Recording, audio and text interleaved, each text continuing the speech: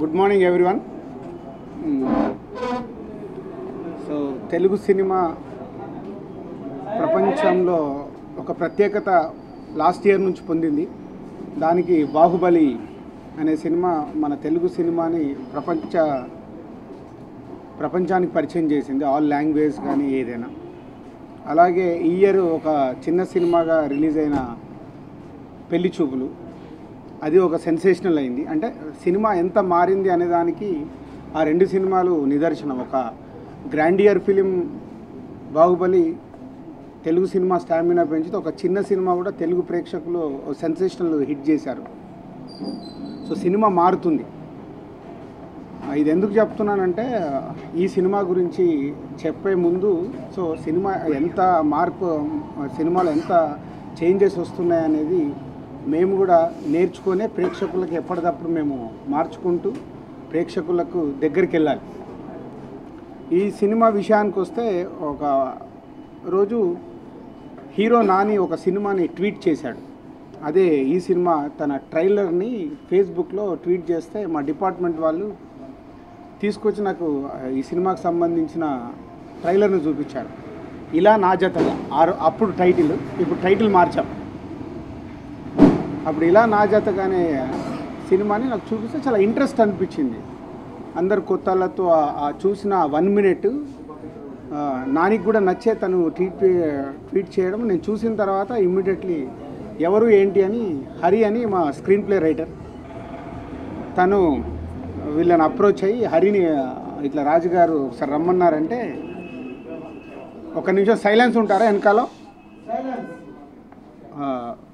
హరి వెళ్ళి ఆలీని కలవడము, ఆలీ వచ్చి నన్ను కలిసి, అంటే అప్పుడే ఫస్ట్ కాన్వర్సేషన్ బాగుంది, ఏంటంటే ఆ సినిమా గురించి తను చెప్తే, రెడీగా ఉంది సార్, డబుల్ పాజిటివ్ ఉంది అంటే, సరే మీరు చూపించండి అన్నాను.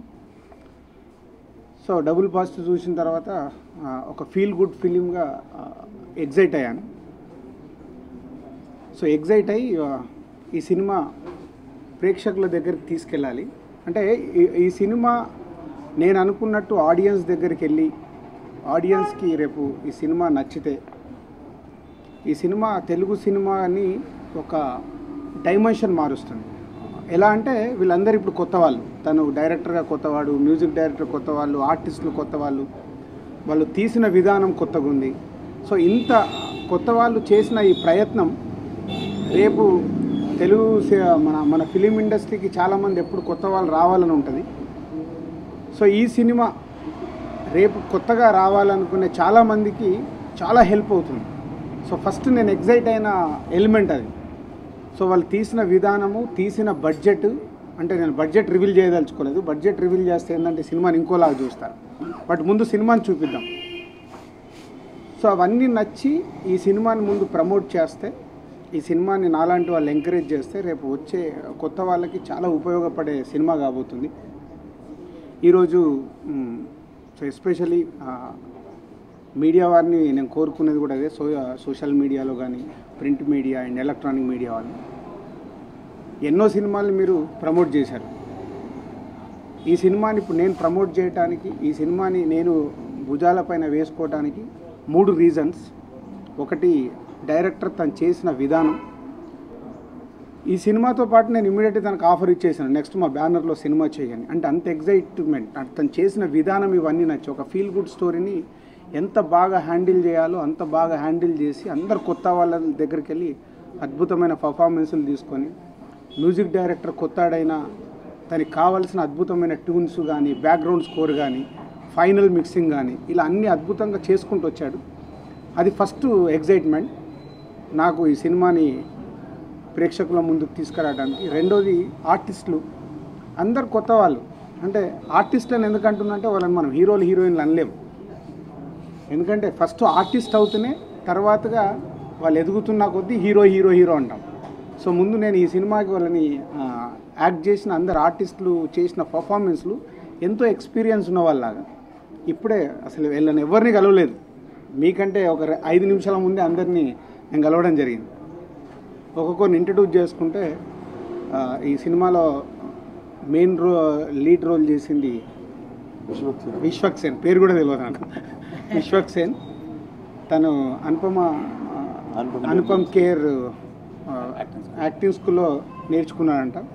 అలాగే ఈ సినిమా డైరెక్టర్ ఆలీ రామానాయుడు స్టూడియోలో డైరెక్షన్ కోర్స్ నేర్చుకొని ఇలా అందరూ యాక్టింగ్ పైన టెక్నికల్గా వాళ్ళందరూ మ్యూజిక్ డైరెక్టర్ ఏమో రెహమాన్ గారు దాంట్లో. సో ఇలా ఎవరు డిపార్ట్మెంట్లో వాళ్ళందరూ ఆ డిపార్ట్మెంట్లో నేర్చుకొని వచ్చి సినిమా చేశారు, అంటే ఒక టీం వర్క్గా. సో నాకు ఆ ఎగ్జైట్మెంటు, వాళ్ళు చేసిన విధానము, ఇది రైట్గా నేను ఆడియన్స్ దగ్గరికి తీసుకెళ్ళాలి. ఇప్పుడు నేను ఆడియన్స్ దగ్గరికి తీసుకెళ్ళడానికి నాకున్న ఈ సినిమాకు ఫైనాన్షియల్గా కావాల్సిన ప్రమోషను అవన్నీ నేను చేయడానికి ముందుకు వచ్చింది. అందుకే అంటే ఈ సినిమా ద్వారా నాకు నేను పెట్టే డబ్బు వస్తుందో రాదో కూడా నాకు తెలియదు, కానీ ఈ సినిమాని నేను వీలైనంత ఎక్కువ మందికి చూపించాలనే నా ప్రయత్నం. ఆ ప్రయత్నం సక్సెస్ అవుతే నేను ఇందాక చెప్పినట్టు రేపు ఫిలిం ఇండస్ట్రీకి కొత్తగా వచ్చే వాళ్ళకి దీన్ని ఒక షోకేస్ లాగా తయారు చేసి ఆలీకి రేపు నేను అది రెస్పాన్సిబిలిటీ కూడా ఇస్తాను. అంటే తను ఎలా అయితే ముందుకొచ్చి సినిమాని చేశాడో కొత్తగా రావాలనుకున్న వాళ్ళకి తను చేసిన విధానము, తను మోల్డ్ చేసుకుంది కథ దగ్గర నుంచి మోల్డ్ చేసుకున్న విధానము నలుగురికి ఉపయోగపడాలి అనే ఒక నా ప్రయత్నం. ఇది వీలైనంత ఎక్కువ మందికి ఈ సినిమాని చూపించాలంటే నాకు 3 ప్లాట్ఫామ్స్. నేను దిల్ రాజుగా ఇవల్ల మాట్లాడుతుంటే కొంతమంది డిఫరెంట్గా దిల్ రాజు గారు చెప్పారు ఈ సినిమా చూద్దామని అనుకుంటారు. నేను ఒక్కరిని సరిపోను దీనికి.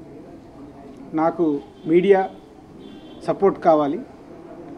మీ అందరికీ నేను తొందరలోనే ఈ సినిమా చూపించేస్తాను. అంటే నేను ఎందుకు ఎగ్జైట్ అయ్యానంటే ఫస్ట్ మీరే, నాకు మీరు చూసి ఈ సినిమాని రాజుగారు అనుకున్నట్టు దీన్ని ప్రేక్షకుల దగ్గరికి తీసుకెళ్దామని నాకు మేజర్గా మీడియా సపోర్ట్ కావాలి. అలాగే ఫిలిం ఇండస్ట్రీలో కూడా నేను చాలామందికి ఈ సినిమా చూపిద్దామని ఉంది. ఇంకో 2-3 డేస్లో ఈ సినిమాకి సంబంధించిన కాపీ రెడీ అవుతుంది. సో వాళ్ళ సపోర్ట్ కూడా తీసుకొని ఆడియన్స్ దగ్గరికి తీసుకెళ్ళాలి. అంటే నేను ఇందాక చెప్పినట్టు మనం అందరం కలిసి వీలైనంత ఎక్కువ మంది ఆడియన్స్ చూసేలాగా చేస్తే ఈ సినిమా ద్వారా కొత్తగా రేపు చాలామంది every month every year cinema మీద ప్యాషన్తో వస్తూనే ఉన్నారు. వాళ్ళందరికీ మనం ఒక పునాది చేసిన వాళ్ళం అవుతాం. అలాగే వీళ్ళు చేసిన ప్రయత్నానికి వాళ్ళకు కూడా అంటే టెక్నికల్గా కానీ ఎకనామిక్స్గా నేను సపోర్ట్ చేసేస్తున్నాను. వాళ్ళు పెట్టిన డబ్బు కూడా నేను ఇచ్చేయడానికి రెడీ అయ్యాను. అంటే వాళ్ళు చేసిన ప్రయత్నాన్ని ఎంకరేజ్ చేయాలనే ఒక ఆశతో చేస్తున్నాను ఇది. సో ఇది అందరికీ రేపు ఫ్యూచర్లో ఉపయోగపడేది. ప్లీజ్ మీడియా వాళ్ళందరూ రేపు మీరు చూసిన తర్వాత, ఈరోజు కాదు, నేను ఎందుకు ఇంత ఎగ్జైట్ అవుతున్నానో రేపు మీకు సినిమా చూసిన తర్వాత నాలాగా మీరు అందరూ ముందుకొచ్చి సినిమాని నాకు మీరు తోడవుతే డెఫినెట్గా నేను వీలైనంత ఎక్కువ మందికి ఈ సినిమాని చూపించడానికి ప్రయత్నం చేద్దామనే ఈరోజు నేను ఈ ప్రెస్ మీట్ కండక్ట్ చేశాను.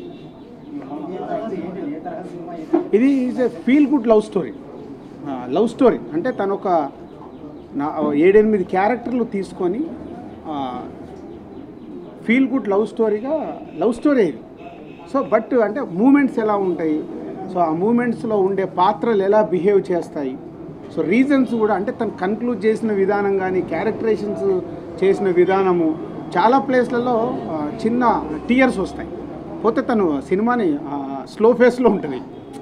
బట్ దానికి నేను మళ్ళీ చెక్ చేసిన తర్వాత ఎడిటింగ్లో కానీ బ్యాక్గ్రౌండ్ స్కోర్లో కానీ నాకు అనిపించినవన్నీ చెప్తే వాళ్ళంతా అది హోంవర్క్ చేసుకుంటూ జాగ్రత్త చేశాను.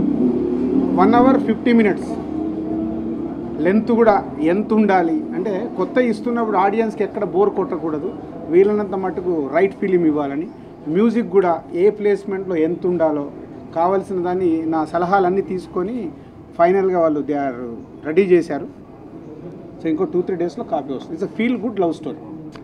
అండ్ అంతకుముందు అని అనుకున్న టైటిల్ ఇలా నాజతగా, సో చాలా కన్ఫ్యూజ్ అవుతున్నాయి ఈ మధ్య, చాలా సినిమాలు వస్తున్నాయని హరీష్ శంకర్, అనిల్ రావిపూడి వీళ్ళందరికీ ఎప్పటికప్పుడు మా ఆఫీస్లో ఉన్న అందరితో నేను షేర్ చేసుకుంటున్నాను. అంటే వాళ్ళు చేసిన విధానాన్ని ఆపుకోలేక షేర్ చేసుకుంటున్నాను.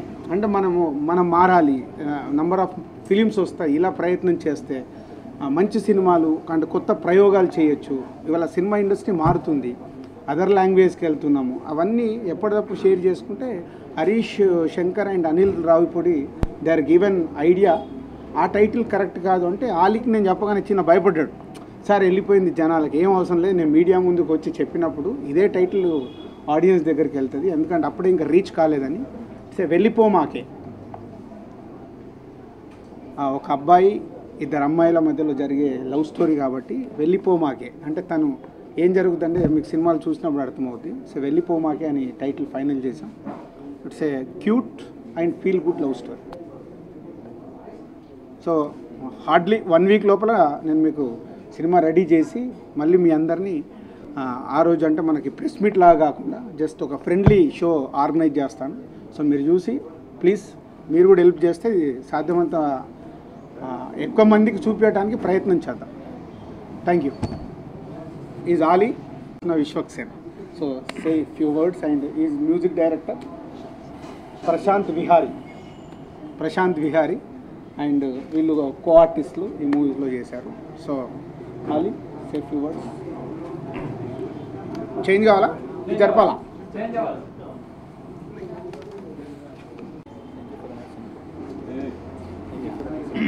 హలో అండి. కొంచెం వెనకాల సైలెన్స్ ఉంటారు, ఒక 2 minutes అయితే అయిపోద్ది. హలో అండి, థ్యాంక్ యూ సో మచ్ వచ్చినందుకు. ఓకే,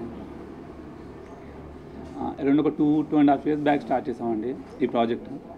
ఎప్పుడు దీని గురించి రిజల్ట్స్ ఎలా ఉంటుంది లేకపోతే దీని ఫేట్ ఎలా ఉంటుందని ఎప్పుడు ఎక్స్పెక్ట్ చేసి ఏం స్టార్ట్ చేయలేదు. జస్ట్ ఒక స్టోరీ నచ్చి మన ఉన్న రిసోర్సెస్లో మనకు ఉన్న దాంట్లో బెస్ట్ చేద్దామని చెప్పేసి అలా స్టార్ట్ చేసాం. అలా కంప్లీట్ అయిపోయింది. And we made it here. ఎప్పుడు ఎక్స్పెక్ట్ చేయలేదు. ఇలాంటి ప్రెస్ మీట్లో కూర్చుంటాం కూడా అసలు ఇమాజిన్ చేయలేదు.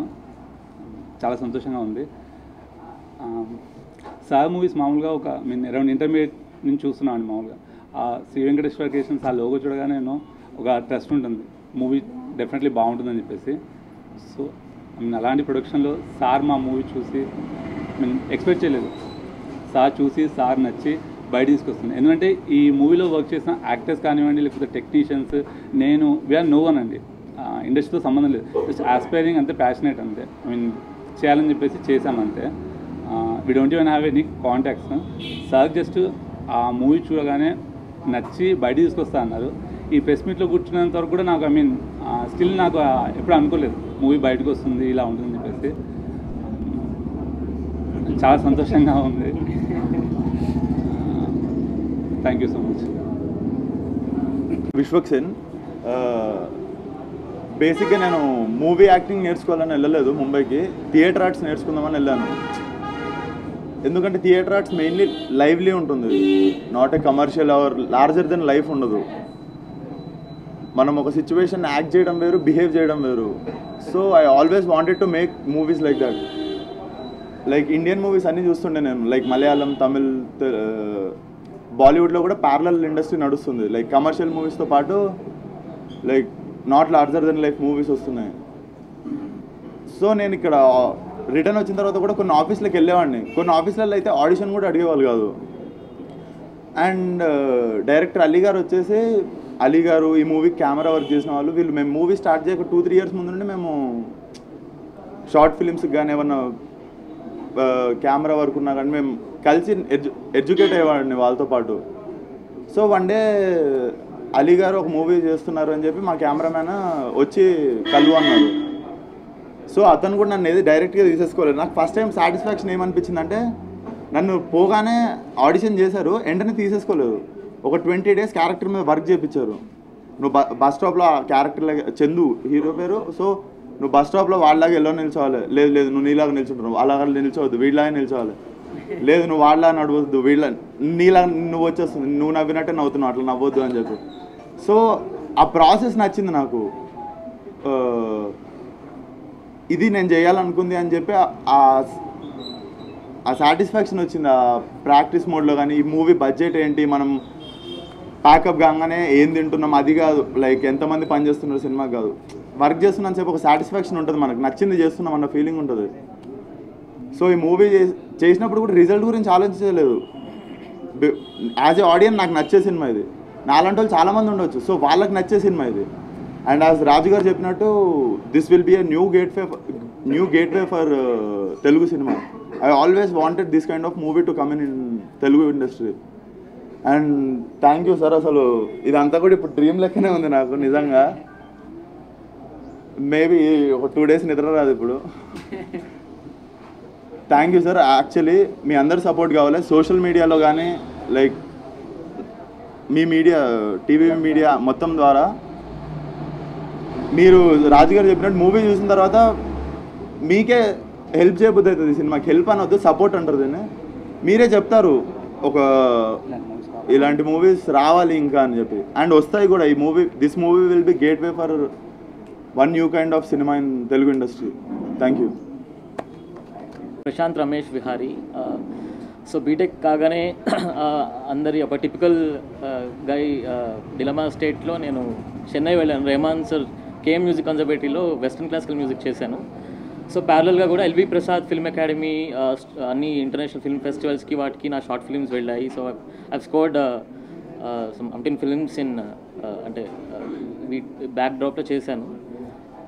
సో అప్పుడు అలీ గారు అప్రోచ్ అయ్యారు. So I should be very thankful to him for ever. So and very first project ఇలా మన దిల్ రాజు గారి చేతుల మీద బయటికి రావడం, it's like a dream come true for each one of us present here.